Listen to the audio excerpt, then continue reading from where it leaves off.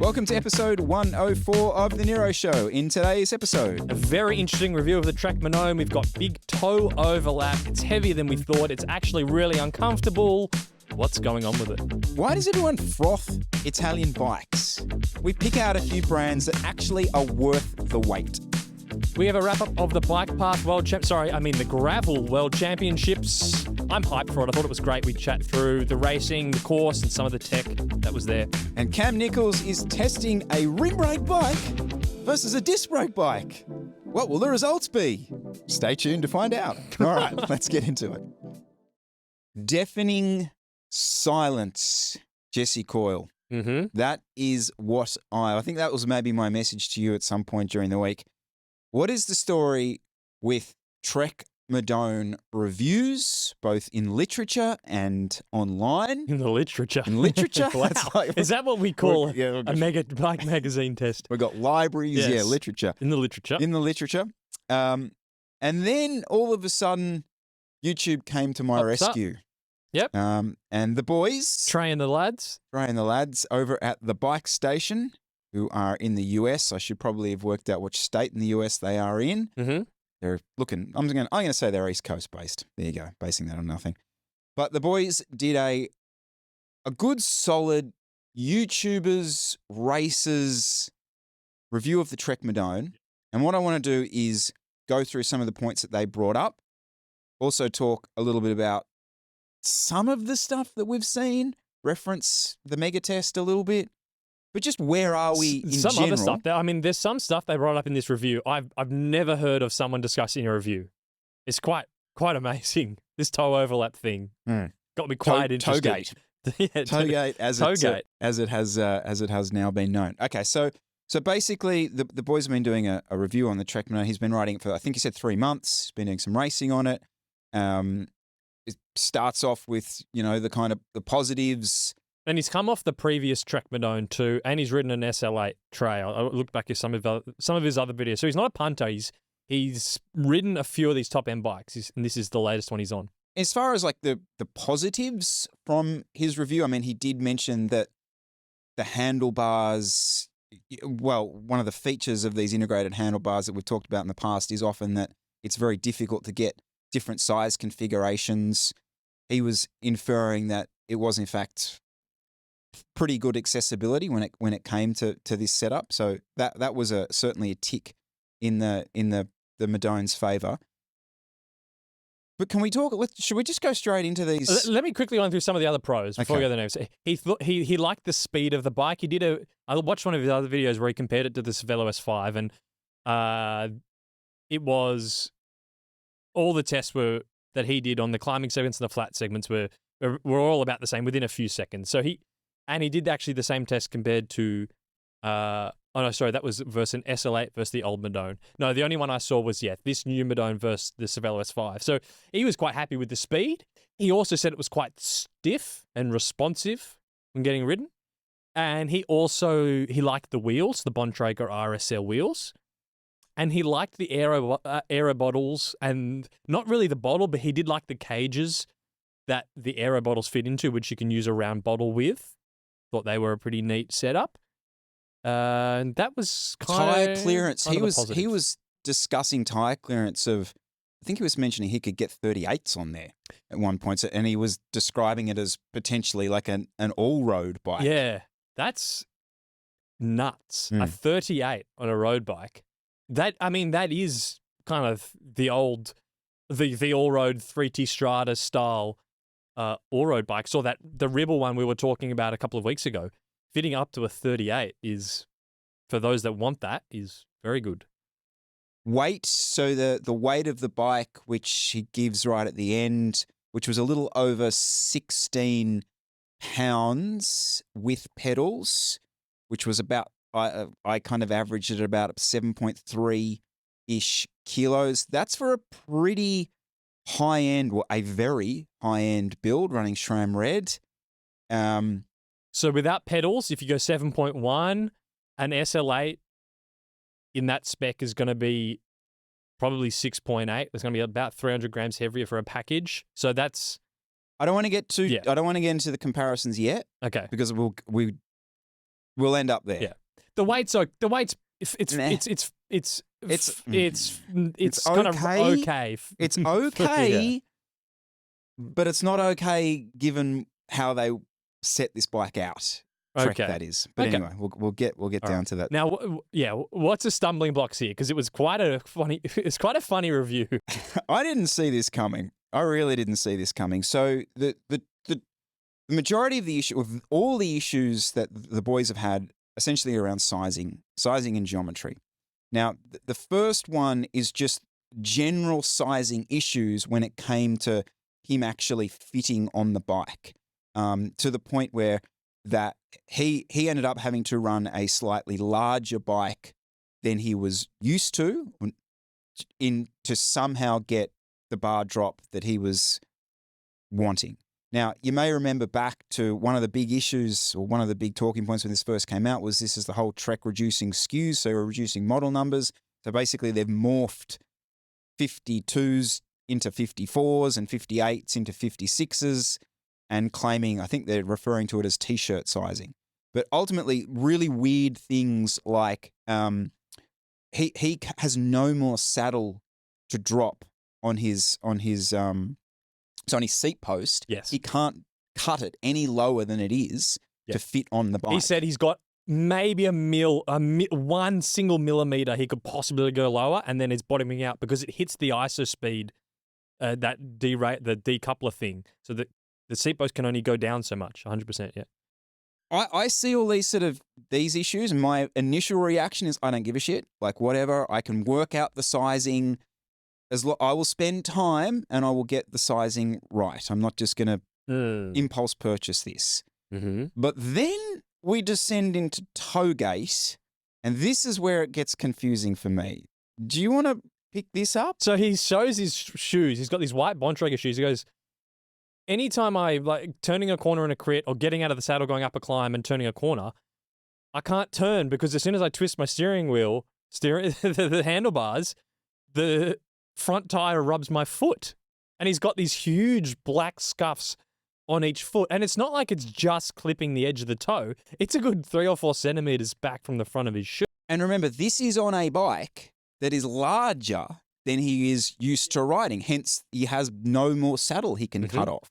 And he's also shortened his cranks to try and help fix this issue. So this is also on shorter cranks than he wanted to run.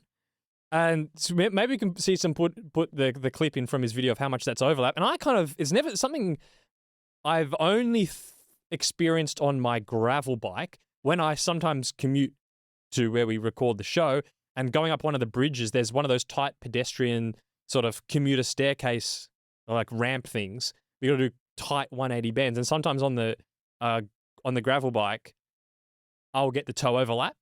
But I'm guessing that's because the tires are so chunky. And then out of curiosity, I wasn't like, I've never really thought about this on the road bike. So I got the road bike off, tested it, put my shoe in, clipped in, and I'm on a bike that is probably too small for me.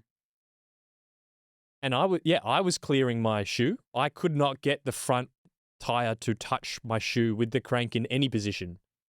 So it's never been an issue for me with my road bike on the road. Did you try it on your S5?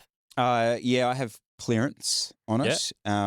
Again, the only time I experienced it was when I was running bikes that were really small for me. So that Specialisma, I can remember I could go around a corner, but yeah, I would just often have to maybe time the pedal stroke if I was going around, I think probably the same little bend that you're talking about on the footpath. Yeah. To just make sure that my outside pedal went round instead of my inside pedal. But he's saying essentially the bike's almost unrideable on certain routes because he can't turn corners climbing out of the saddle. It was quite bizarre, and you're right. So he was on the slightly larger frame for his size, and his seat post is as low as it can go almost, and he's got a stem that's longer than he would want to run to make it all work, and then his toes still rubbing the front wheel.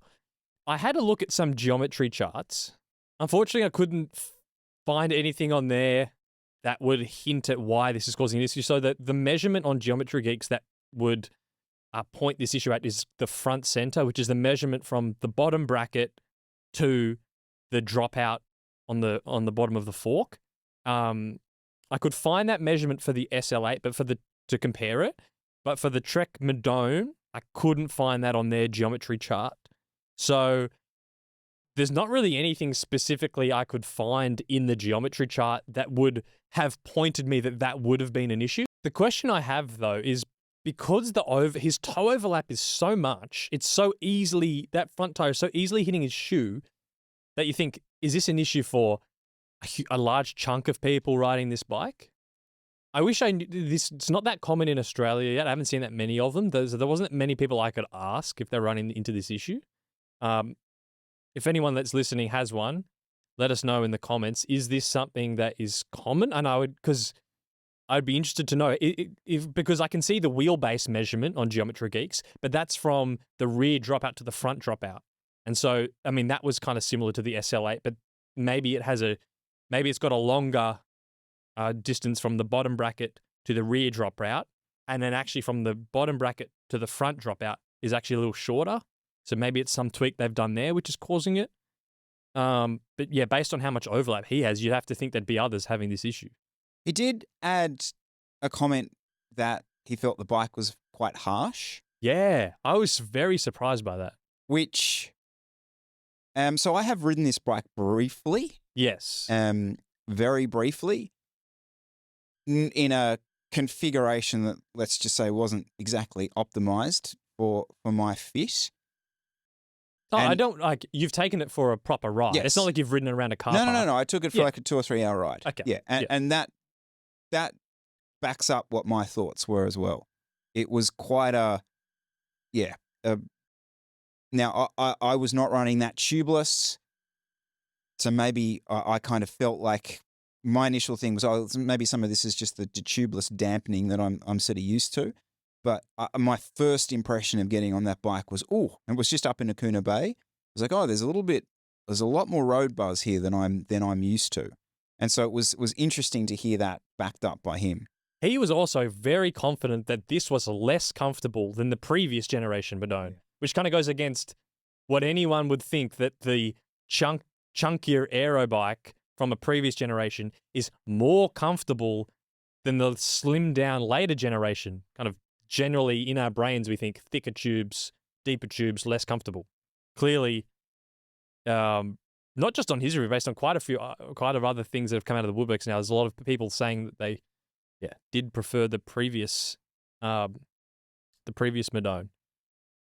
Also, when he did the video comparing this TREK Madone to the S5, the S5 he thought was more comfortable. Yeah, I thought that was just like, interesting. Jeez, like the bar's getting pretty low for how comfortable does a bike need to be to beat the new Madone? Especially given it's got an entire feature centered around making it more compliant in the back, which is that cutout. Potentially it is the fact that he's got the seat post as low as it can go because the sizing's funky, so there's just not much deflection. But that's the whole point of the ISOFlow, is that because it's not connected to the seat tube, in theory, that's where they're saying there's that vibration dampening is going to come from, because it can move back there. Something doesn't appear to be working with this redesign that it apparently was working on the previous generation. Really interesting. It's a massive fail. That is a massive, massive fail, because if you're going to go and take away the aero bike with its big, thick tubing, what you're doing is essentially trying to dumb down this bike, to make it a one bike to do it all, to make it more accessible for more people. Okay, the SL8, all right?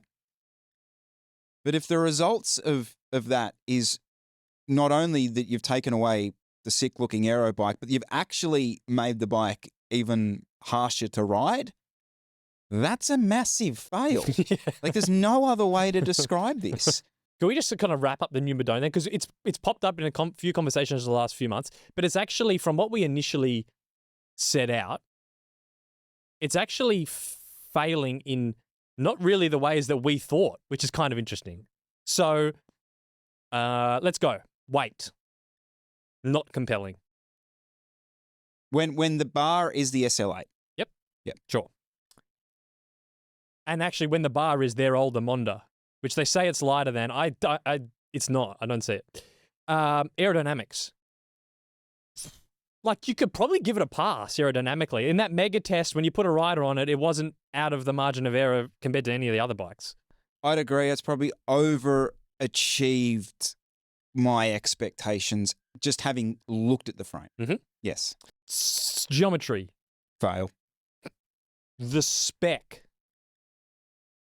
Bontrager saddle. The Bontrager wheels are pretty good. The bottle cages are pretty good. The handlebars bar and stem are pretty well. good. Probably give it a pass. Yeah. Yeah, give it a pass. Pricing. It's a TREK Madone. Is what it is. Kind of here or there. Tyre clearance is a win. I would be critical of that if it wasn't doing what it's doing. Tyre clearance is a win. It's a real mishmash though, because you've got a win on tyre clearance, but it's really uncomfortable. Whereas if you were going to kind of group together features, it's picked one from 4 different categories. So it's really good tyre clearance, but it's uncomfortable. Well, you're not going to really want to ride that on rough surfaces. It is performing pretty well aerodynamically, but the geometry is a bit cooked, and if you're turning corners in a crit, you'll overlap your toe, and so it's probably not really good for racing on. I don't know what this is. That's a great it's point. A real... And the boys at the end, they tried to do a who's this for? And you could tell there was a big edit in this because they were like, they both obviously said it and went, Jesus, I can't work it out. But so the answer I think they came up with was, the summary was for a race. It's a race bike for someone who doesn't race, which actually ticks the goal of probably what TREK want this to be, really, because it looks like the race bike, but don't go and race this bike, seemingly. And their biggest issues around not racing this was the geometry stuff and the toe overlap things, which would be pretty serious issues. But I mean, I'm really struggling to answer that question. And to the point of, I will often sit down and someone will ask, looking at new bikes, blah, blah, blah. There's no compelling argument that I can give for someone to say, have a look at the TREK Madone. I mean, I can't think of one person in my life who I would suggest gets a TREK Madone. I don't know who that person is. And is this a good thing? Is this a bad thing? I'm not sure. I actually think the fashion cyclist, this is probably your bike because it's got a little bit of, it's got the quirky thing at the back going on. It's a little racing pedigree, but you don't actually have to go race it. Maybe. Is it the new factor from 3 years ago? Really? I mean, I don't know. I'm done with this. I've moved on from being pissed off about this because I was pissed off about this. And the boys actually said this initially, that this would be a great Emonda. Yeah. Yeah. And I completely agree with that. Mm-hmm. Completely agree. A faster Emonda. 100% agree with that. Okay. Fantastic decision. But that's not what this is. Mm-hmm. Can you think of... No. Not at that price cut. It's so competitive up there. There's almost there's easily a better bike in any category. No. I mean, I could get around, if this was delivered, I could get around this.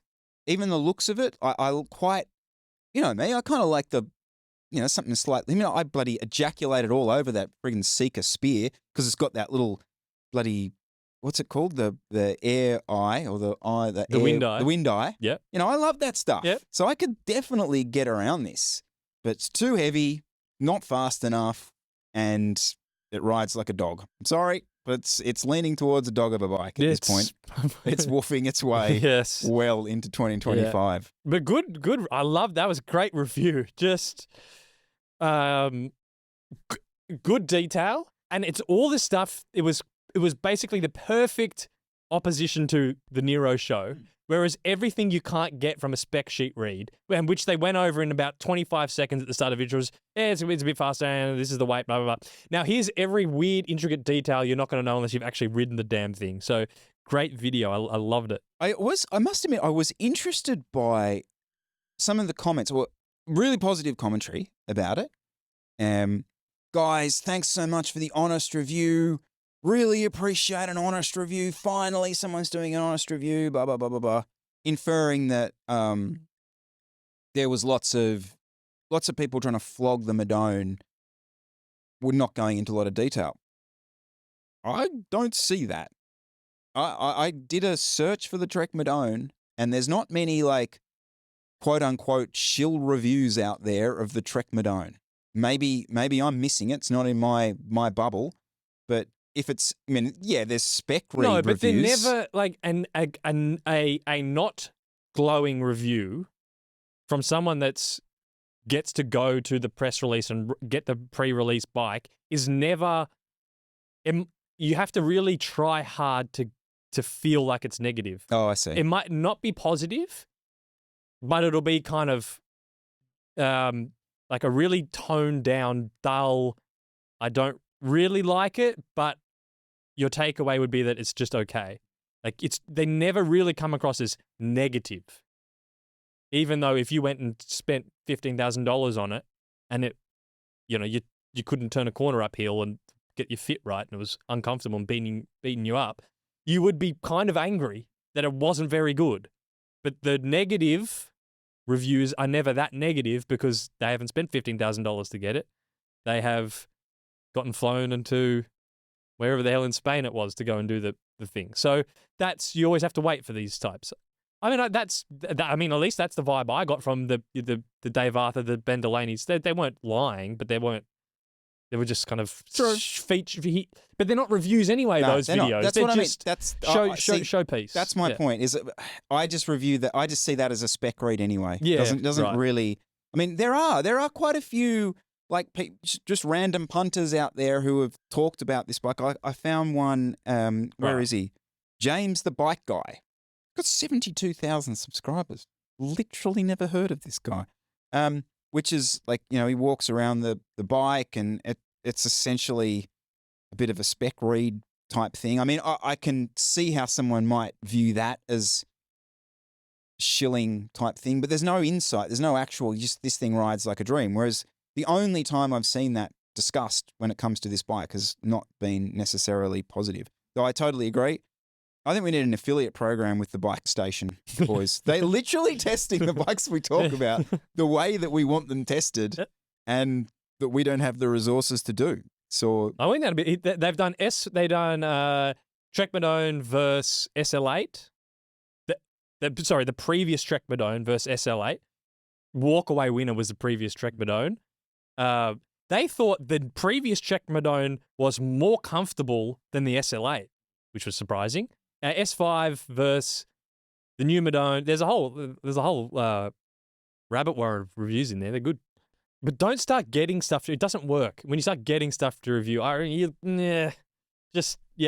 Keep sticking a mic on tray and send them out. If you're a TREK fanboy, how do you defend this? How do you got the TREK tattoo on? It doesn't require defending. Because you'll get it anyway, because your local shop stocks it. But you're trying to convince your mate, because you're a TREK boy, and you're trying to convince your mate, no, don't get an SLA, get a friggin' Madone, mate. Get on one. They want you on it. TREK wants you. They need you on there. Is there anything? It's a TREK. That's about it. Which is a thing. It's OCLV carbon. Yeah, I'll give him that. It's good quality. Yeah. Not really American made, but American company. Mm-hmm. That's good. Anything else? It's heavier. Not as quite as comfortable. A bit slower. Doesn't look quite. It doesn't. Nah. It's not a compelling argument, really. I'll be interested. TREK fanboys, get in the comments, defend your bike. Tell me to get stuffed and then give it to me. I want the full TREK Kool-Aid. You've ridden it for 3 months now. It's the best thing you've ever ridden. Tell me why. I want to believe. Okay, quick word from today's show partner, Pillar Performance. Traditional nutrition products like hydration and carbohydrates will take you through to the finish line, whereas Pillar's mission is to get you to the start line in the best condition over and over. In this episode, Pillar wants to bring awareness to the benefits that magnesium supplementation can have for you as a cyclist, particularly as it relates to sleep and recovery. Do you have trouble getting to sleep each night, or do you suffer from reduced sleep quality, particularly after your biggest training days? If so, magnesium supplementation can help improve all areas of your sleep by regulating melatonin production and reducing cramps that interrupt your sleep quality. Pillar's triple magnesium is a 300 milligram blend of absorbable forms of magnesium that tastes great and is Informed Sport batch tested to be free from banned ingredients. If you would like to try Pillar today, get 15% off by using code NERO at pillarperformance.shop.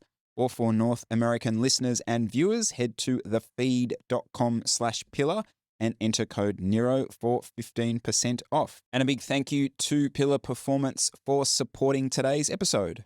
You know who could sell your bike? An Italian stallion.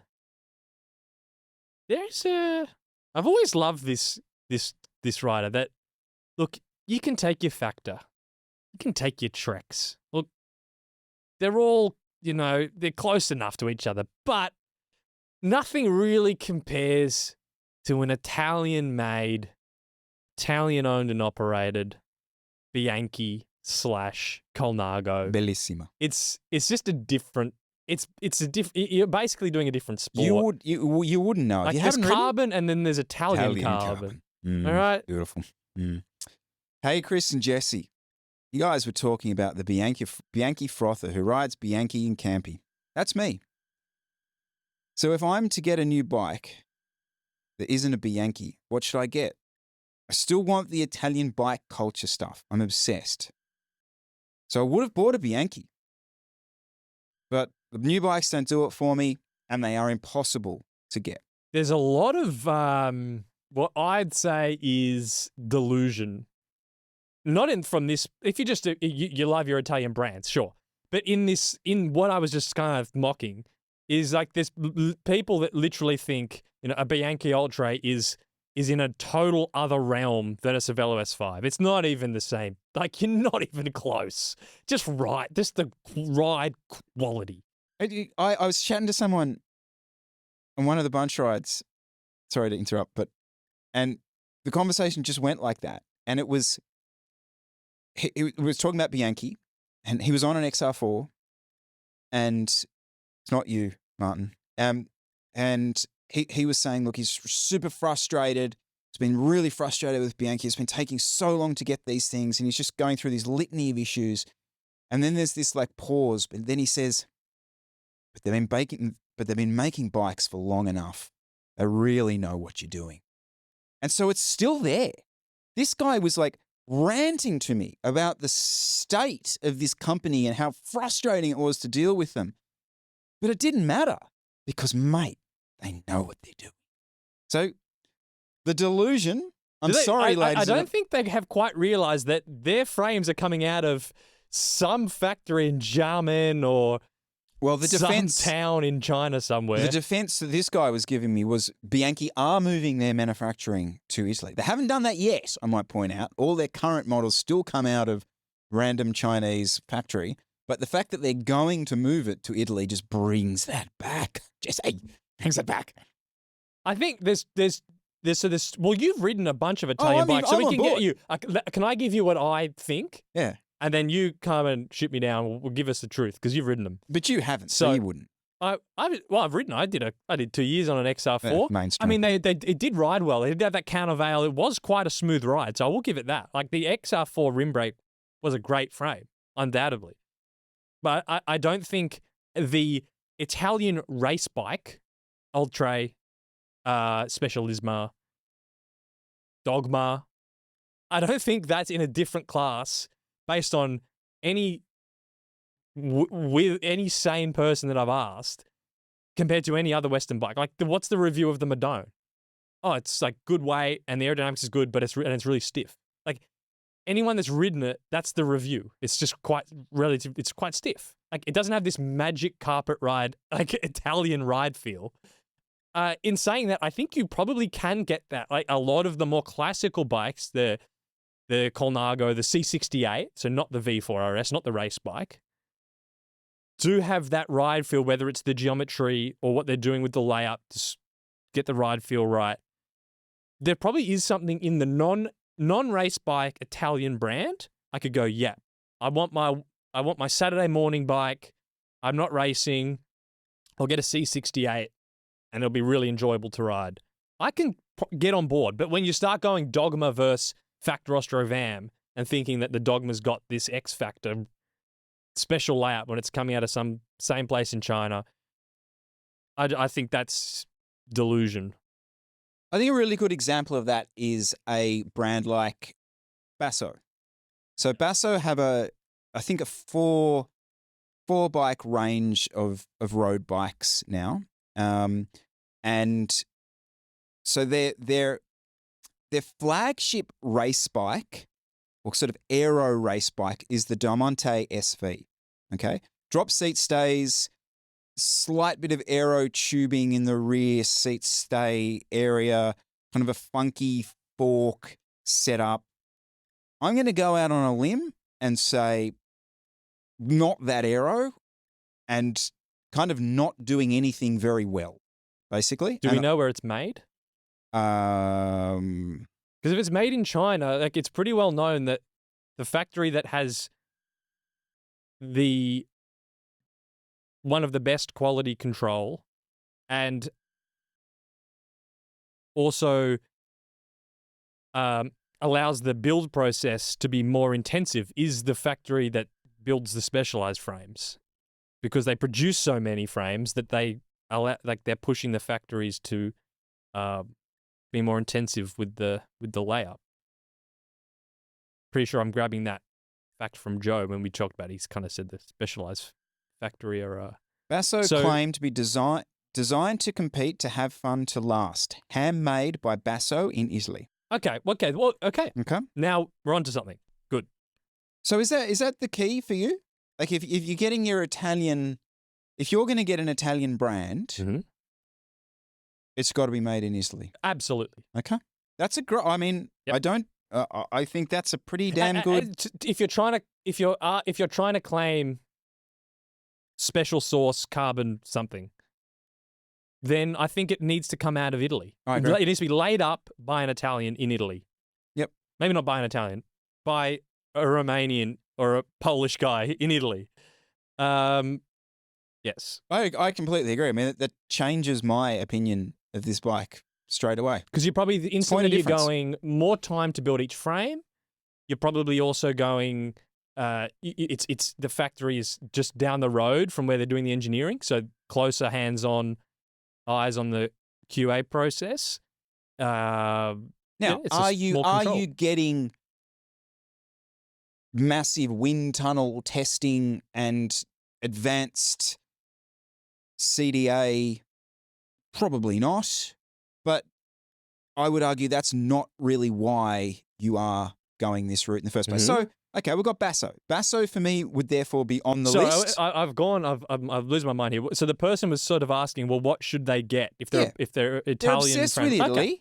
Obsessed with Italy. Okay. Want an Italian bike. Our first point is then buy a bike that's built in Italy. Well, I've seen those Bassos because Aaron Bicknell and the boys were racing them back in the day in Sydney. Remember that? There's a name. Yeah, there was a bunch of. There must have been someone was distributing them around. Some shop was doing them. I remember seeing because I remember it had a distinctive design where the head tube came up quite high and the handlebars were sort of flush with it. Okay, Basso laid up in Italy, sure. Sorry, I do think I don't necessarily think, just to clarify, that a Italian brand that's the frames are made in China or Taiwan, I don't think you shouldn't get them. I think you should just probably get the non-racing version, get the more classical version to get the ride quality, not the racing version, because as soon as you go, I'm getting the racing bike, well, then really you're just competing against every other Western brand, and then you're basically doing a performance-based pick like we do every other episode. So you need to stick with the non-performance-based measures, I think. So I was hoping to rely on a bit of personal experience here because I have ridden a Cipollini, which is on my list of bikes that I would definitely choose in to compete with Bianchi currently. I don't know whether that bike is built in Italy. I would strongly suggest it isn't, just based on Mario's desire to probably make a buck. But I did ride the Bond back in the day, rim brake Bond, which was one of the first monocoque frames. It was a monocoque aero frame, and it is still to this day unlike anything I have ridden when it comes to just pure stiffness. That thing was holy God. Yeah, it was to be fair, it was actually a bit of a bike before its time. It put some really nice tubeless wheels on that. It probably would have changed my opinion on it. But it is not a bike that I actually it was one of the few bikes that I rode for about 3 or 4 months and sold almost to a profit because it was the camouflage edition one. But their top of the line bike, the RB1K, is one of the few full out aero bikes that these boutique Italian brands do make. It is unadulterated, just thick tubing everywhere. I doubt it's seen an aero and wind tunnel, but you can see aero. Mm-hmm. Does Which one am I looking at, sorry? You're looking at the flagship, the RB1K, the that one. head tube's bulbous. Very wide from the front. It's kind of it's egg shaped. They're going aren't they meant to go the opposite way? They're meant to come in from the bearings. Not wider. No, this thing's very narrow fork blades. I still would. Doesn't matter. No, they're all the same. Anyway, they're all the same. They're all the same. It's all the same. If you like the look, I mean, but are they? But I do think like is it actually made in Italy? No, so that's my point. I don't think this is the crux one of these. Well, of no, I don't think it is. If I'm buying a Chippo, ooh. If you're buying a Chippo, there's something else going on in your brain. Yeah, no, there is. There's some wild like little fuse that's missing. I would more than happy to run a Chippo. Definitely. And the fact that it's not made in Italy probably wouldn't bother me too much. What about Italian custom? Okay, well that's the other avenue. Hang on. Before we get to Italian custom, can I talk about one brand that I really do think this guy? Actually, this is my actual recommendation. Okay. For specific. Okay, Bianchi we're getting guy. to actual real life, not just garbage. chat. Okay. The Sato brand. So specifically, their this is a money is no object. Just quietly, it looks like a Tavello. The Rasso. I want him on the Rasso. It looks like a. That's far more. You wouldn't. Look at it, mate. That is. Look at the seat tube. Look at area. You can't the deep see. head tube through the. I mean, tell me that doesn't look like my bike. It doesn't look like your bike. Okay. They are made in Italy. They are. A lot of this can be bespoke sizing, and absolute perfection, in my opinion, when it comes to a one bike to do it all. Italian culture, you got it all. You got a bit of heritage from the Sato name. No. Yep. No. To me, that's an absolute masterpiece. This is an open mold. Wow. Aero, do it all. Look at it. Yeah. Are you looking at the same thing? That is, give me SL8, SL7 spec, do it all aero climbing bike. That's the boys. I'm sorry. No. The lads. No. See the lads? No, sorry. Get a Saturday morning La Perouse bike. No. The heart of handmade. Fast doesn't come close. The Rasa. No, I'd go that route. In all seriousness, when it comes to any of this stuff, so much of it will come down to what is the actual access to these brands like where you live. And so by that I mean, is there you don't just want a local distributor of these brands. You need a local real connections. Like when you're dealing with brands like this, for example, so Felice here in Sydney, he has a personal relationship with these guys who run Sato. That's what you need when you're going this route, because it is not Canyon. This is not double click, extra small. Oh, I want these bars. There's to and fro emails. There's often 11 p.m. calls to Italy discussing geometry charts.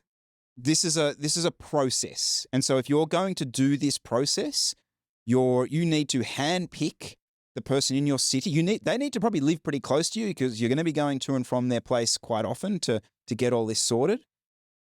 Rely on that person to liaise directly with these brands on your behalf. This ain't no Canyon. That's my biggest tip when it comes to this stuff.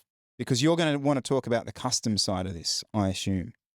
And if you're custom as in if you can customize geometry or maybe also customize some sort of the ride characteristics to weight of the frame, that kind of thing, yes, 100%.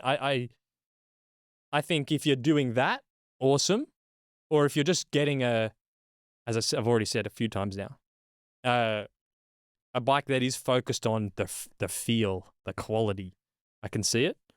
Mate, but getting an Italian bike just to compete with an SL8, I mean, you're going to lose. No one's really doing that, though. I mean, that person's But that's what a lot of them are. No, I mean, a Specialisma. Bianchi Specialisma. No. Like, the person buying a Bianchi Specialisma in 2024 is under no illusion. They're losing. It's not... look, put it this way. It's not as bad as buying a steel or titanium bike as far as just waving the white flag to say I've given up. But it's pretty close. There's nothing wrong with doing it, but don't delude yourself that this is a performance. Well, that was my point. Yes. Right. Okay. Mm-hmm. The caveat to that is that if you can get the bike that perfectly fits you, and you can't achieve that on an off-the-peg mainstream brand bike, then there is a percentage of performance increase that may make up for the shortcomings that your custom brand has when it comes to R&D. Is that fair? Mm-hmm. Okay, I can see that. Oh, by the way, I'm just reading through this person's comment. They said, to me, Sato has the looks of an SL7 tarmac. Even they said it. I didn't even see that bit. And DeRosa too. Everyone has the look of an SL. I mean, that's, come on.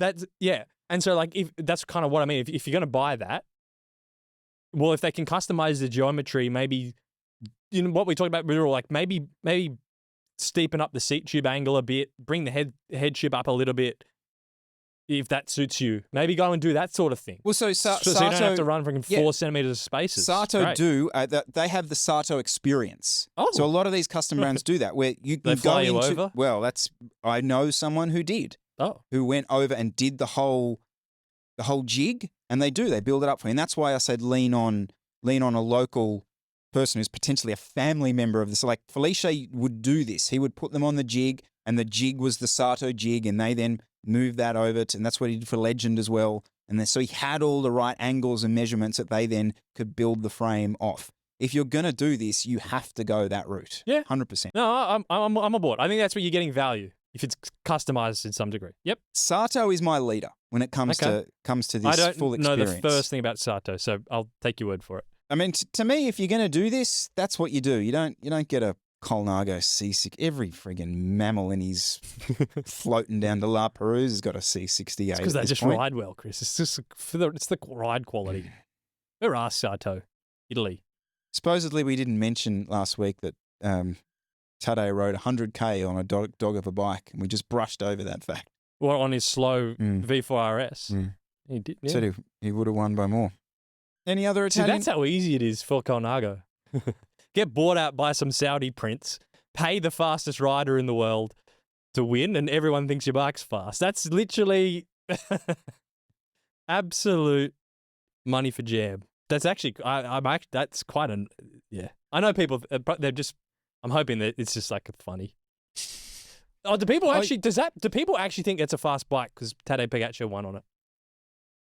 Like, do they think that like any test or any person like us that says actually, you know, it doesn't test that fast are delusional? Well, I suppose in defense, I jump on the fact that basically Trek don't win races. I take the piss out of any Trek rider. When Jasper Stuyven was solo at the Tour, I jumped up and down and said he would have won on a Gen 7. Yeah. So I can't have my foot in both camps, really. That's true. If I've got to cop it. Yeah.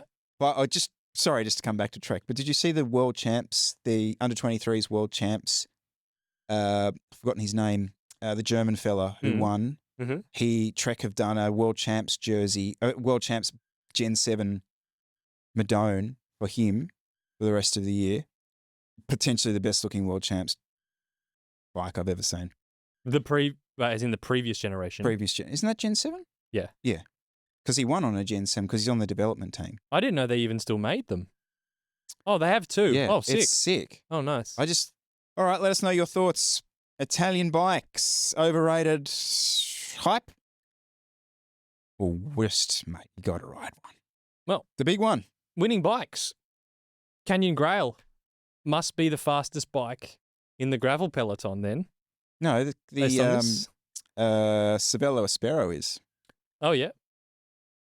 With the tyre pressure changing things? That was sick. I'm so stoked she did that. Like, I doubt she used it. It was basically a road race. Actually, good question whether she did or she didn't. Imagine, like, you're coming into the sprint and you're like, I'm going to put 10 psi in my tyres for this because the sprint's on road. Mm-hmm. Like, that's the difference.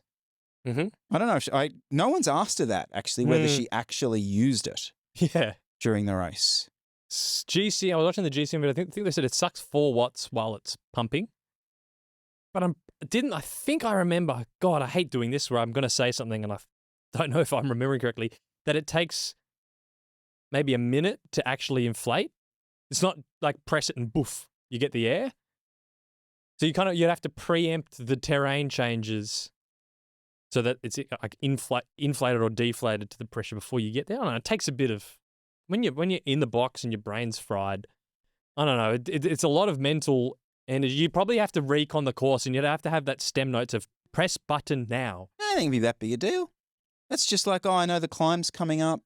I'll make sure to shift into the. I don't think that's a big deal at all. No, I'm on board. Okay, that was on my list of things that I wanted to see on head units. Remember, like, was the dream list of things that I wanted to see on head units, and this was one of them. This is like just you can actively change your tire pressure during a ride, during a race. Absolute massive shout to this. So what do you want to do? You want to talk about this bloody gravel world champs, how it played out? Like, are you? I don't really. Do you want to rant? I think everyone knows how it plays out. I think we do a race recap. No. I think we just talk about. I mean, because we know what's the first thing people are going to want us to talk about, because there's some frothing at the mouth rabbit gravel fan sitting in Kansas right now going, there was no gravel. It was bike paths. Wasn't even gravel. I get you. I feel you. I'm with you. I think we can get to it. We'll get to that, I think. Can we get to that? But I think from what I'm seeing, it was a freaking successful race. Like, it was just good. It was, let's go through it. Easy to watch. YouTube. It's on YouTube. Brilliant. It's just on YouTube. Can we just all have a moment, everyone? The UCI streamed the World Championships live on YouTube. Just want a moment. Yep. It's the best video player that exists in the world. And it's on there. And it was freaking successful. The live stream is currently at 258,000 views. Bang. It's had more views than the Road World Championships highlights, which is on 256,000, which is only a 6-minute video with Tadej Pogacar saluting at the finish. Absolute YouTube, as Chris likes to call it, YouTube catnip. It's beaten that with a live stream. Just fantastic. Like, that's a success straight off the bat. There's eyeballs watching this thing. Second thing, it's in Belgium, so all the good road riders go. And I'm sorry, gravel riders, but that's who's there at the end. They're all road riders. So that's just more exciting to watch. With riders that we're all familiar with, at least on the roadside.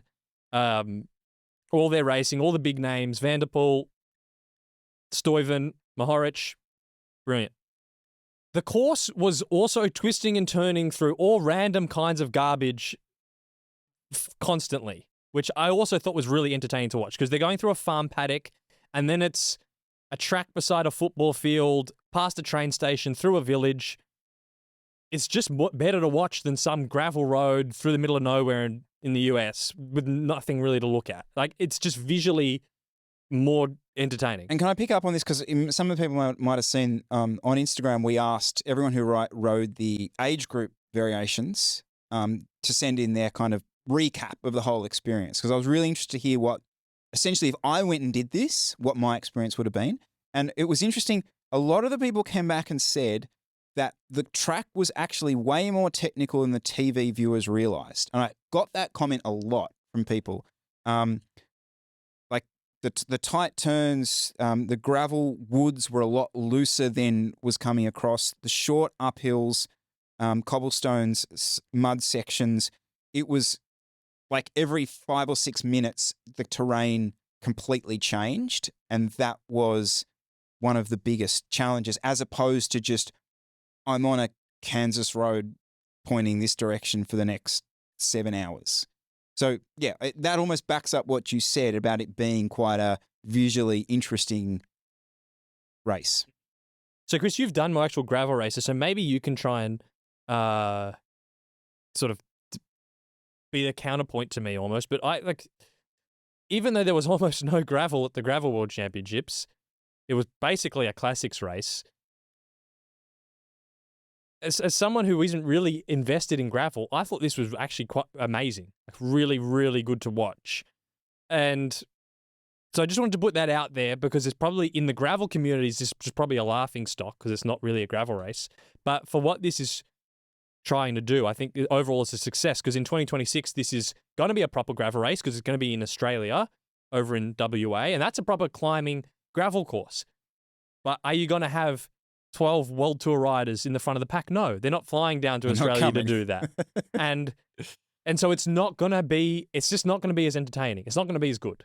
Might be a better race for the real gravel enthusiasts and the lovers that are there. But as someone like me who just casually watches it, which is kind of I don't know if what it should be about, but is what is kind of a measure of a success is how many people are interested in this thing. I think this was a very successful event. Totally. Look, how many Gravel World Championships have we had? 3 or 4? I don't have an issue with them being completely different every year. The Road World Championships have actually become almost cookie cutter style, 4,000 meters of climbing with a short city circuit that has a couple of climbs in them. And what's tending to start happen is the same type of rider is, the days of Cav winning a World Championships are long gone, okay? I don't mind this with the Gravel World Championships. Play around with it. Have a more road-orientated one and then have a more off-road mountain bikey type one. That's completely fine by me. And I people whinging and complaining about that from my perspective, just get over it. Like, your sport is still very much in its infancy, trying to find its footings. To have the greatest cyclist in my lifetime winning the women's edition and a phenomenon on the road former world champion on the road winning the men's edition is the best bloody thing that could have happened to gravel riding ever, as far as I'm concerned. So can I just take that one further? I don't think it's fine to have a mix. I actually think people were laughing. It's like, oh, this is the bike path world champs. I'm like, that's the as a former winner of a bike path world champs. What do you think? I'm kind of like, this looks fun. Like this looks like something I'd want to do. This looks like the kind of gravel rides that we would do, where you take a normal route, but you go on your gravel bike, and then instead of sticking on the roads, you just cut through a few parks and up a couple of laneways, and it's this kind of stuff. I think that made it really entertaining to watch. Like this is kind of what a gravel ride for me is. It's an M4, M7 path with a couple of diversions, and Chris gets behind and you rip through a couple of parks, through a few trees and over some grass, and that's it. Like it's kind of playing around on bikes. I think this thing was actually quite good. I disagree. I don't think this should be the template. Okay. I like this as an alternative, but Nannup in 2 years' time won't be this. No. It won't be anything like this. And that's going to be fine. And hopefully a quote-unquote real gravel rider can win that one. But you never know. Maybe Mohoric might come down and have another crack, and he'll be bloody competitive at that as well. So, yeah, no, I disagree. I don't think this should be a template for it. I like the fact that this was you can pull off something like this in a relatively metro area, but yeah, that should not what this is year in, year out. I want it to variate. Mm-hmm. Fair enough. Did you see? I mean, the start is a joke. It's a joke. Like the way they bolt down to this slow 180 turn, and if you're not in the top 30 wheels, it is day done. Oh, I actually haven't watched the start. Holy mackerel. Absolutely disgraceful. I haven't watched it. Yeah. I started the live stream and oh, okay. Mm. Oh, it's like a cyclocross race. Mm-hmm. Oh, there's a standstill. Oh, dear. Oh, my God. They're literally fighting at the barriers. Oh, God. Okay, so I think I'm 5 minutes in, and it's split. You basically, top 25 has already gone off the front. So there's a couple of things at play here. So with the elites, obviously that was seeded. And so this is a whole other off-road issue that people get into, but the seeding is just incredibly important for that, because as you can see, if you're not in that first 30 wheels, it's day done straight off the bat. Back in the age groups, again, I asked people on Instagram about this, there was no seeding, so It was just when you queued up. Yeah, I think I was checking some of the riders because I was coaching some riders in here. I think in the 50 to 54 men's, there was 290 starters. That's a lot of people to be fending with, go around that. I was hearing stories of people queuing in the 19 to 34 age group, queuing 2 hours before the start to basically just stand there and get in a position. But look, we got over 50 DMs on the Instagram account about this, and everyone said that the start was wild, but they loved it. Mm. So there's kind of just buy-in to this sort of thing. The people that actually went and did this seemingly just were like, yeah, this is going to be an absolute shit fight, but get your elbows out and let's go. Any thoughts on the USA riders not turning up? No. Am I missing a piece of information here? They didn't go. Right. Why not? I mean, who's missing what? Who was selected? Were riders selected for it and didn't go? Yes.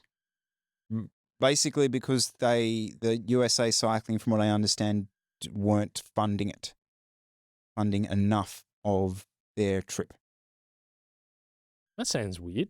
A whole bunch of Aussies went. Ben Spenceley and Tom Chester. Yeah, but were they funded by the national body? I doubt it. Nope. They just. Yeah. What do you mean? It's what you do when you're a 25-year-old elite non-pro rider. You pay your way. 100%. And all these people, I saw a lot of complaining about this. Oh, USA Cycling aren't funding us to go over there. Not their fucking problem, as far as I'm concerned. All these gravel riders who are sponsored riders in the US are sponsored riders by, do you know who their sponsors are? Oh, The feed? What? Yeah. Cycling brands. Yeah. Cycling brands. Brands that are all invested in basically making this gravel thing to be a thing. Mm-hmm. Their whole point in sponsoring these people is to try and convince us that gravel is a thing. Mm-hmm. So why aren't they sponsoring them to go over there? Why isn't SRAM doing it? Why isn't Santa Cruz stumping up the funds for Keegan to go over and do this stuff? Because I don't think it's USA Cycling's responsibility. If these brands want to make gravel a thing, which they're seemingly so desperate to do, Mm-hmm. then pay for your elite riders to go over and do it. I'm sorry. Like, to try and now just lean back on the national body, I don't think it's their responsibility at all. Is this, sorry, I must have missed this chat. Were people getting angry at USA Cycling for not funding the travel of Correct. the riders that were selected? The whole narrative was like, oh, what a joke. I didn't USA see this. Cycling aren't funding us to go. Fuck you. Right. I'm sorry. No, that seems, no, Like, you're... toughen up.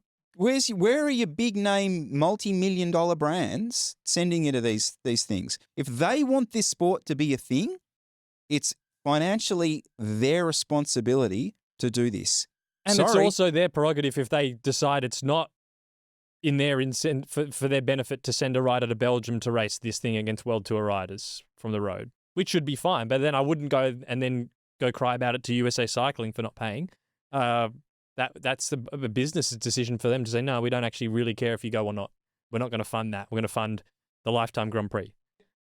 That's, no, I don't agree with that at all. No. But I would also, again, like it's up to the brands.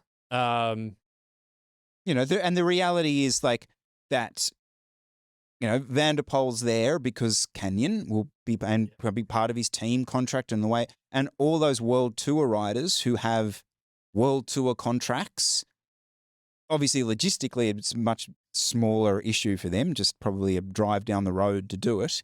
But that's just another difference between being a full-time professional World Tour cyclist that's, you know, signed to a team than freelance. But what do you think about that then? If for those, let's say the top 10 Lifetime Grand Prix riders that would have gotten selected, let's say the US nationality ones, that would have been selected to USA Cycling's team to go over and race the elite race at Worlds in Belgium, but have chosen not to go, or their sponsors haven't provided the funding to go, do you think the sponsors should support that event alongside the domestic US gravel season? Or is it sort of fair game, whatever they think makes sense? Whatever they think makes sense, but long term it's in their interest to do it no matter what. Because as I've said from the very beginning with this gravel stuff, it's these brands that are trying to make this a thing to us. It's not anyone else. It's the brands want to sell us gravel bikes. So they've got to try and send their top 10 Americans to try and win the rainbow stripes to legitimize this sport that they're flogging to us. Yeah, they should be doing it. Yeah. And I'm sorry, but they can be doing it. They can be doing it. Whether the athletes want to go do it is another question. Well, that's the next thing. I mean, personally, I think they should too. I mean, if it's the world championships of the sport that, you're trying to build, I think it's kind of your right to show up to the worlds. It's like if Mathieu van der Poel was like, actually, road worlds, nah, don't really want to go. You'd be like, come on, show up. But look, if you go on Lifetime Grand Prix's top 10 and look at, well, will they even be competitive on this style of gravel race? I mean, look at that start. Keegan Swenson, again, no, I don't think so. I mean, none of these guys have road background. Pace and McKelvin, don't think so. Matt Beers.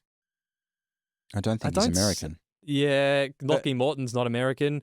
Brendan Johnson's an Aussie. Russell Finsterwald. I raced with him. He was a teammate of mine at Tour of Utah. Yep. You know, he's not going shoulder to shoulder with Jasper Stuyven to make it's a different it's a different sport, really.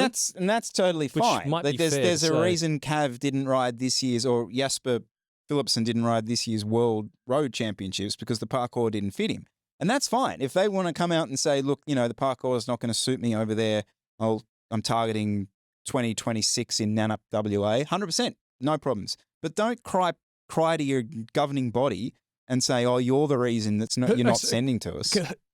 Who was actually crying to the governing body? Just the people. Have we made? I might have made something up I'm here. running I'm not with sure. you on this here. Yeah, I'm not sure. I just picked up a narrative. I will flash up.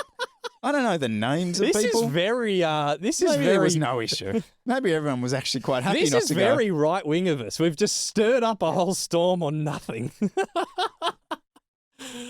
Do we actually? Was there actually? Someone must have commented it for you to. Gear chat from Worlds, actually. I'm interested in gravel gear chat. I mean, what a time. As soon as the tyre width went sub 40, you're like, what's that? Soon as there's no tread. That's what's got me. Because we've seen some 40 mil wide, treadless race tyres. And like in 5 years ago, what good is a Pirelli P0 road tyre in a 40 mil width? You have absolutely lost your marbles. You are delusional. But, Schwalbe come up with the Schwalbe Pro 1 40 mil width. And it was in a GCN Tech video. Paul Voss rode his Orbea gravel bike with 40 mil Schwalbe race road tyres. That's now a thing because these courses don't have much gravel. You just need the width. And you can kind of, if you're pretty skilled, you can jag your way through the muddy sections, then you're good for gold. You go floating over the cobbles like no one's business, and you're good on the road. You don't really need the tread.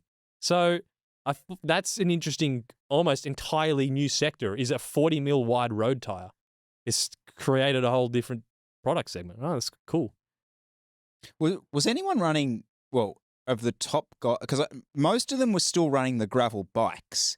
I did see Marianne Vos was on the Aspero. Vanderpool was on the Grail. So it wasn't like just the one 2 years ago. Although I do think these kind of things, it's just so, pro team sponsor, Ridley roll out. They've got a new gravel bike. Well, come on, lads. You're all put your kit on, get on the gravel bike with the treaded tires. This is what you're running. But I thought there's a tire 3 weeks ago. I'd be going, who the hell is using that? Well, I could see Coyle on I could see Coyle on a 40. What would you get on the just for Heffron? I reckon there's could be gains there. Yeah. Maybe this summer 40. You could do a little. What's the widest? What's too wide? 33.4 measured in the rear of the Tavella Currently. is about as wide as it can fit. Oh, you couldn't fit any more. No. Okay. Right. No. Right. So I'll need a TREK Madone. TREK Can Madone. fit 38s. That's what I'm going to need. So this has got you a little interested in gravel? Yeah. Okay. No, you know what? You've won me over when I said this style of course is what they should stick with. You sold me. I do think making it, shifting it more towards the gravel section would be good. But I still don't think again, can I just reiterate a point, was the open road, just rolling hills in the background. It looks good for an Instagram post, but for us to sit there and watch for 3 hours isn't that good. So it's going to be hard, but that's hard to get because gravel roads are in non-suburban areas and the bike path roads aren't out in the middle of nowhere. So it's going to be hard to get that. There is no way in hell. I don't know how in 2 years' time in WA, in Nannup, which to say is a long way from anywhere is an understatement. Mm-hmm. Beautiful part of the world, etc., etc. But how are they going to do coverage of this? But can a motorbike go down a gravel descent? Yeah. You can follow. Well, yeah. Brendan Johnson down. No. I mean, no. I'd be terrified to be the motorbike cameraman. Like they're actually, so I'm doing Dirty Warney mm-hmm. in a couple of months. No, a month's time. There's meant to be actual live coverage of that. Okay. So 4G, mobile phone. Yeah. Okay. But again, that's in an area that potentially does actually have mobile phone coverage, which Nanap, I can tell you right now, does not have. Having had a mechanical and had to walk many kilometers. But I think it's a pointless conversation anyway, because we know, as you've seen with the Gran Fondo stuff we were talking about, the UCI just stamps this stuff. They don't actually care. It's who's got the money to host it. Cool. You will take our licensing check and you're good to go. They don't care about how they're assessing the grade of gravel. It's irrelevant. Or if there's even any gravel. Like, it's just anything goes at this stage. So we're kind of talking to no one, really. Yeah, I'll give you that. All right, Chris, you've been up on the sunny coast riding with the rim brake mafia, with the dinosaurs up there. So can we chat through Cam Nicholls' video? Yes. So, in a classic YouTube, how much faster are modern bikes? 2023 disc versus 2013 rim. The results will shock you. So, Cam's done a few tests here. Which let's quickly run through. So he rode up a 3.5 minute climb. So BMC Team Machine with disc and with rim. Same wheels, basically the same wheel depth and wheels from the same brand, and 26 mil wide Vittoria courses. So going up 3.5 minute climb on the disc brake was 3 minutes 27 seconds on 3:27.6 across the runs, and the rim brake was 3:22.3. So faster on the rim brake bike on a 3.5 minute climb at 3.6% gradient. So yeah, rim won that one. Okay. Descent times were basically exactly the same. Flat crit track times were the exact same, basically, between the rim brake and the disc brake. And they also did a roll down test too, but we'll leave that one. So basically, rim versus disc. Rim is faster. Well, I mean, look, the bit that will shock me is supposedly the grinder drive climb. Okay, this 5 second speed difference. Have you ridden it? Yeah, I rode it a number of times. When you're up there, okay. Yeah. It's not a climb. Like it's a big ring rollout. It's 3.6%. Okay. For 3.5 minutes. Now, yeah. Look, I don't know the answer to why one of the runs was 5 seconds faster than the other one. But I know why. Well, why? Okay, why? Well, I'm asking you're kind of not really wanted to chat about this. No, I do. I just don't have a take because okay. But this is interesting. I mean, we've sat here and said how amazing these disc bikes are and the wider tires are so comfortable and blah blah blah. And here's this video, and everyone's going, "See, I knew it. I freaking knew it." No, this isn't interesting. No, it just isn't. No, a 3.5 minute big ring 1.4 kilometer climb. What?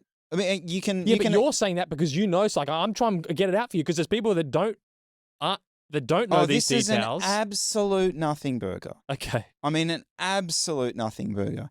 I fully appreciate the effort Cam's gone to try and reduce the variables in this, but it's not like we're comparing like yin and yang. Like they're very similar things on just a 1.4 kilometer section of road. That's what we're talking about. Is it smooth or rough?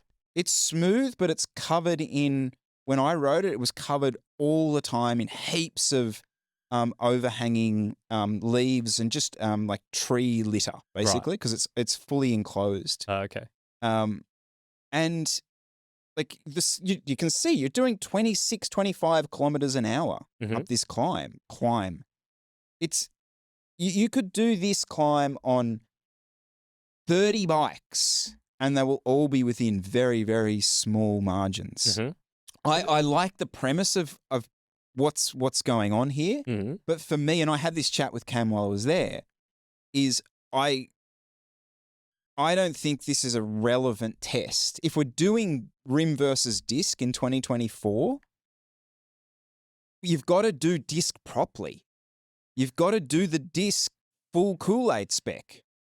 You have to give us the wide rims, the wide tires, the low pressure. He's not even running tubeless. Okay. So, and that's like, so all we're actually comparing here is just the frame, I suppose. Yes. Of the exact same brand. Yes. It's just a nothing burger. Yes. Okay, can I go? Yeah. All right. Doesn't everyone know that a rim brake bike in clean conditions against a comparative disc brake bike that has the same tube shapes is faster? One, the rim brake bike's lighter. Two, one of them has a freaking chunk of metal sticking out next to the fork with a spinning disc. It's not as aero. And you've got the same width of tire. So, of course, the disc bike is going to be slower.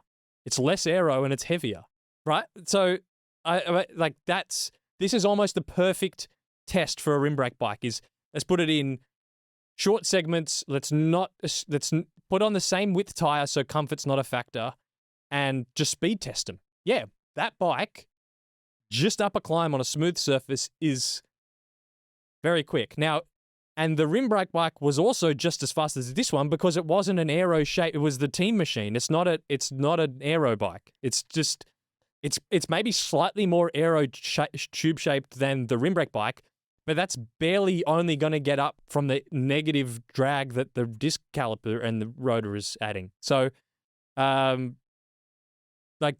was expecting the rim brake to be faster in this. And so the question is then, what test would you design to get the biggest difference between a rim brake bike and a disc brake bike? If you're going to say, Cam, I want you to go out and redo your testing and do X, what would you set him out to do? I would pick a loop, a 12 to 13 kilometer loop. So we're over 20 minutes. It'd be an out and back stretch of road. I can tell you the exact stretch of road that he actually took me on. And I would say right up at 300, I'll let him off. I'll let him ride at 315 watts up and back on both. Give me a few runs, and that's if I don't see a difference there, I want the Kool-Aid bike.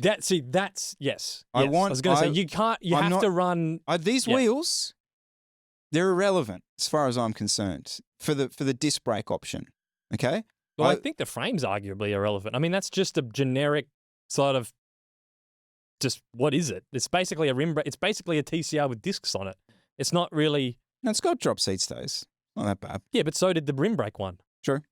If anything, they were more dropped. So I'd say take out the Team Machine R. Now you're gonna lose this one because the Team Machine R is like $1 zillion. But money aside, if we're talking about just what's faster, Cam should get the Team Machine R, and don't use the DT Swiss wheels. Get Creative do wider, more modern wheels. Why does he have to? No. He's got a Reacto. I'll allow the Reacto. Okay. Yep. He's got a Reacto? Yep. Okay. Reacto versus that BMC 2016 rim brake bike. Okay. With and don't want a 26mm tire.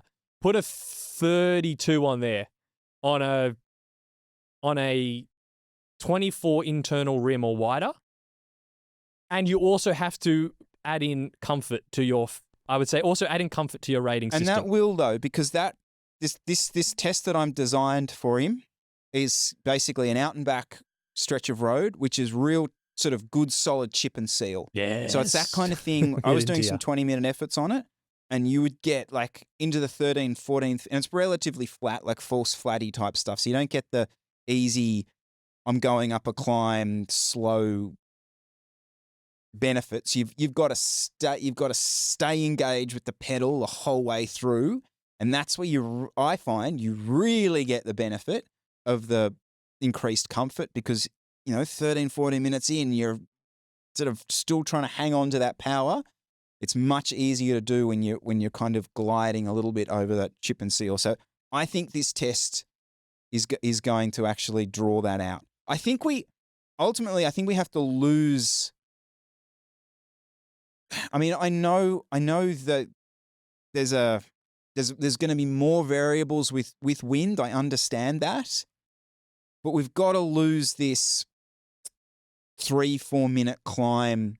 If I fell into this, I was doing this thing with the titanium bike, remember, in the Factor, and I'm like, come on, we've got to.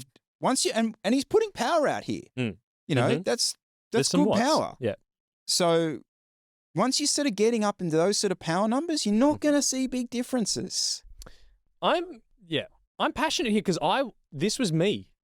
I was this. And I said to you when you were up there, I saw Cam was going to do that comparison. Is he on the Kool-Aid bike or is he kind of not, is he on disc but not really in disc? And you said, oh no, he hasn't gone down the rabbit hole yet.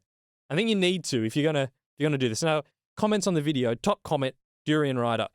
Come to Adelaide and you can use my SL8 S-Works tarmac. It's just gathering dust at the moment.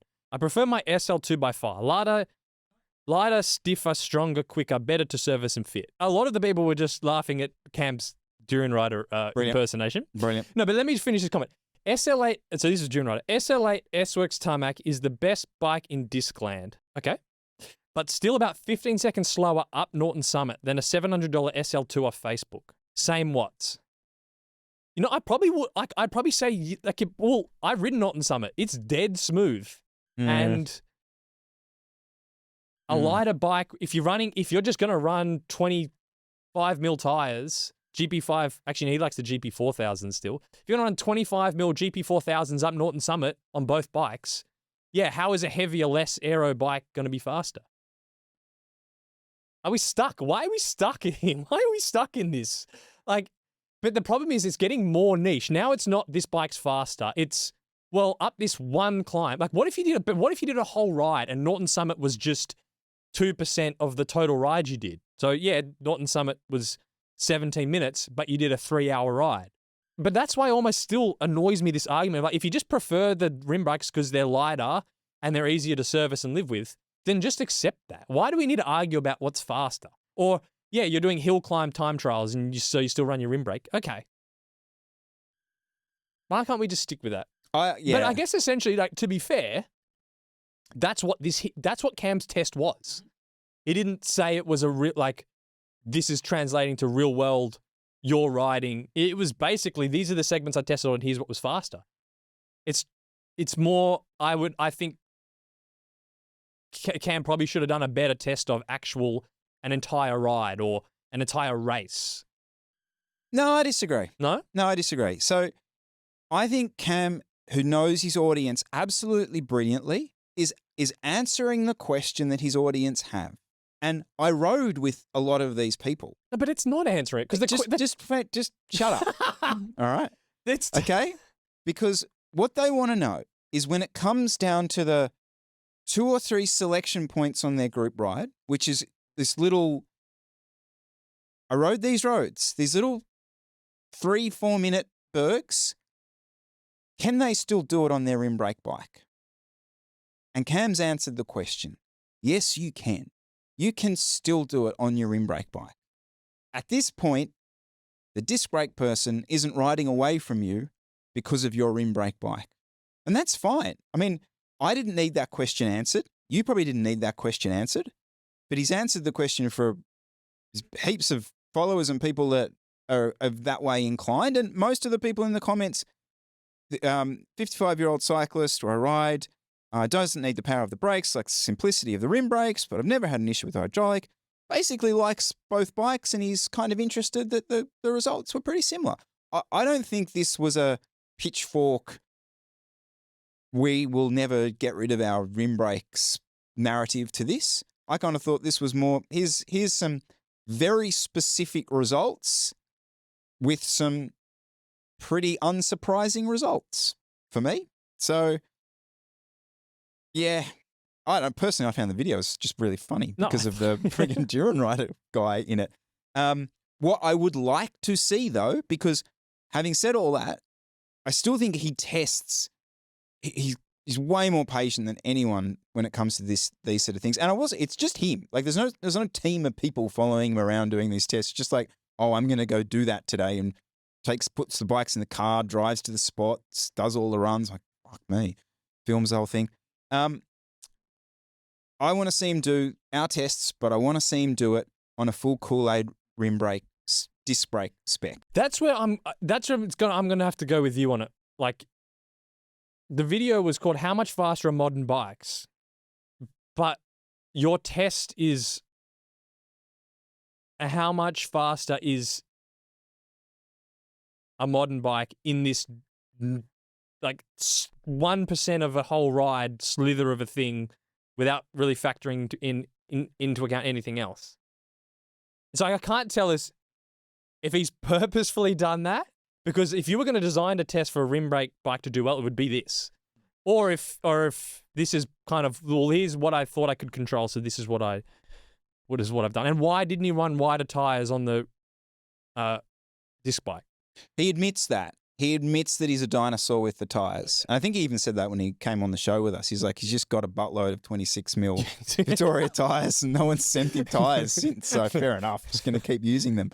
And he is a prisoner of his surroundings in the sense that that's what he has around him. And as far as when you're doing these tests, you want to be able to have some sort of repeatability. And those 3 locations that he chooses are the three locations that have repeatability. We only really have one place that has repeatability, and even then there's buttloads of variables in there. I think as well, again, why it bugs me a little bit is if I was still me on rim brakes and I didn't really want to believe that wider tires were more comfortable and just as fast, if not faster, then a video like this, I'd be like, oh, cool. No, like, I'm good. I don't need to move from my TCR. I can it's faster or just as fast. Like, that's just not the case in real world conditions. That's a really good point. My bike is so much more comfortable.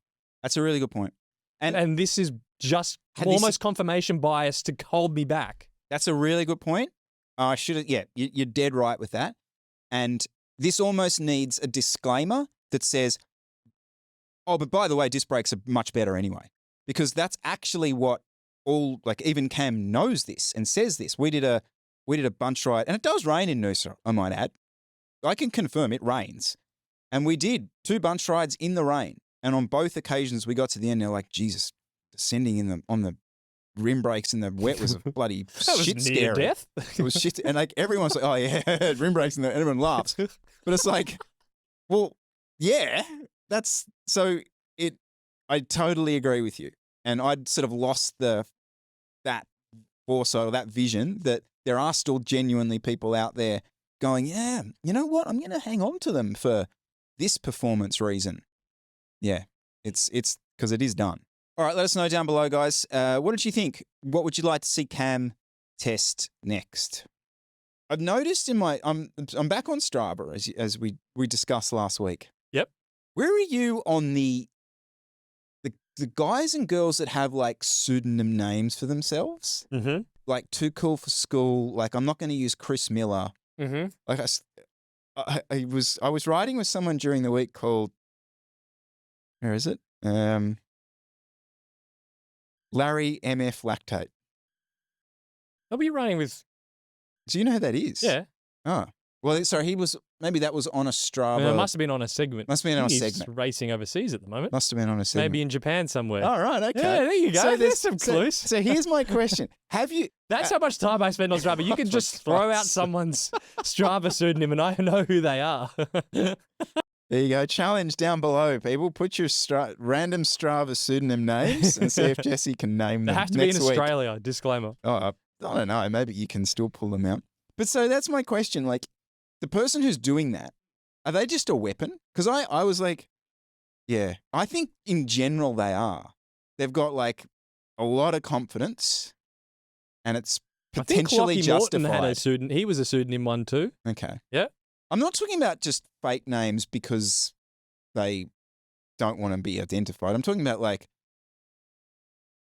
they're pretty cool or they reckon it's a thing. So I kind of feel it's out of my reach, personally. Mm-hmm. Yep. Okay. Just have that clarified. That was clarified pretty quickly. Yep. Yeah. Right. Any others that you've seen, you know of, that you've sort of popped up that you're kind of a fan of? No, but you put this in here too, was the meme photo. Oh, yeah. So that's another thing that people do. Edwin's a Yeah, serial that group offender. do that. They do you don't just name your ride. It's not like, Tuesday Chop. It's like a meme photo of some thing that maybe happened the day before. In the bike shop. That's in the bike. It's like full in joke. No, I like this. One other person knows about. No, but it's got to be in joke for the people on the ride. It's creating FOMO for everyone else, I reckon. So we parked up at the servo and Jono spilt his milk or something. He spilled his chalky milk, and then it's just whatever shit memes about like spilt milk, and then the group on Strava, everyone's having a laugh, and no one else knows what the hell you're talking about. And so, well, if you want to know, get your ass out of bed at 6 a.m. and join the bunch. So I had my front derailleur died when I was up there. I was coming back from the coffee shop. I went to coffee stops.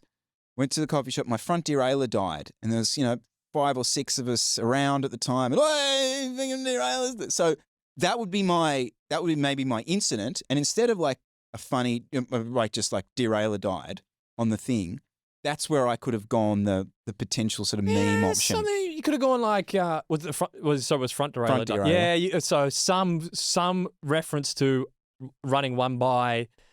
Yes. Something like that, but not saying, don't make it explicit, just some reference to one by, and then everyone that you rode with might go, oh, yeah, he's front derailleur broke.